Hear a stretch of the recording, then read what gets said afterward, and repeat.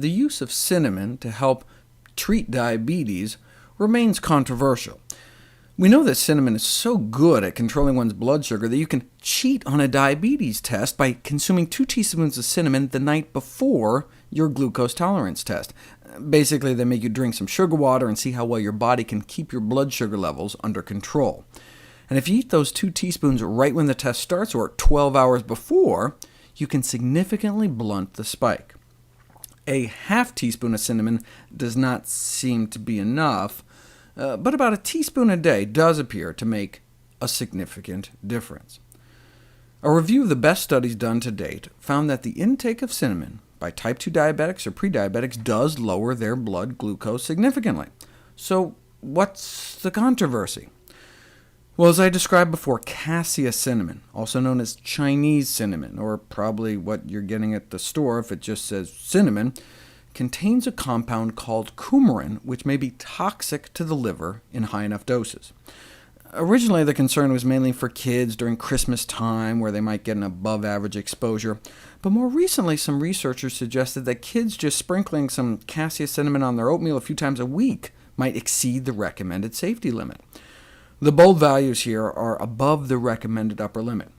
For little kids, just a quarter teaspoon of cinnamon a few times a week may be too much, and if you're eating that cinnamon-sprinkled oatmeal more than every day, even adults can bump up against the limit. So a teaspoon a day of cassia cinnamon might be too much for anyone. But look, no problem. Just switch from cassia cinnamon to Ceylon cinnamon, and you can get the benefits without the potential risks, right? Well, without the risks, yes, but we're not sure about the benefits. Nearly all the studies showing blood sugar benefits of cinnamon were done on cassia. We've just assumed that the same would apply for the safer cinnamon Ceylon, but only recently was it put to the test.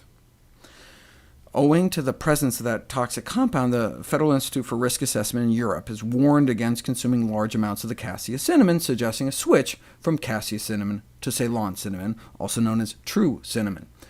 But we didn't know whether or not the true cinnamon had similar benefits until now.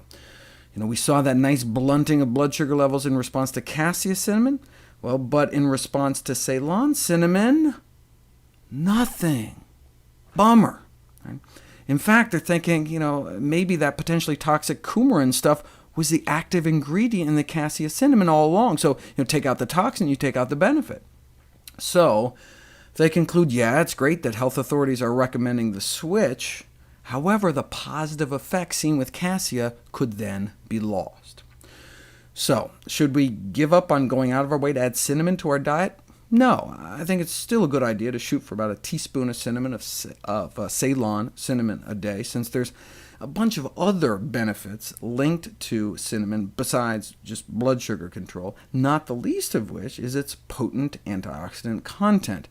In fact, one of the cheapest food sources of antioxidants, beating out cloves and coming in just under purple cabbage. But cinnamon can no longer be considered a safe and effective treatment for diabetes. Either you're using cassia cinnamon and it's effective but may not be safe, or using Ceylon cinnamon, which is safe but does not appear effective. But look, even the cassia cinnamon only brought down blood sugars modestly. In other words, only as good as the leading diabetes drug in the world, metformin, sold as Glucophage.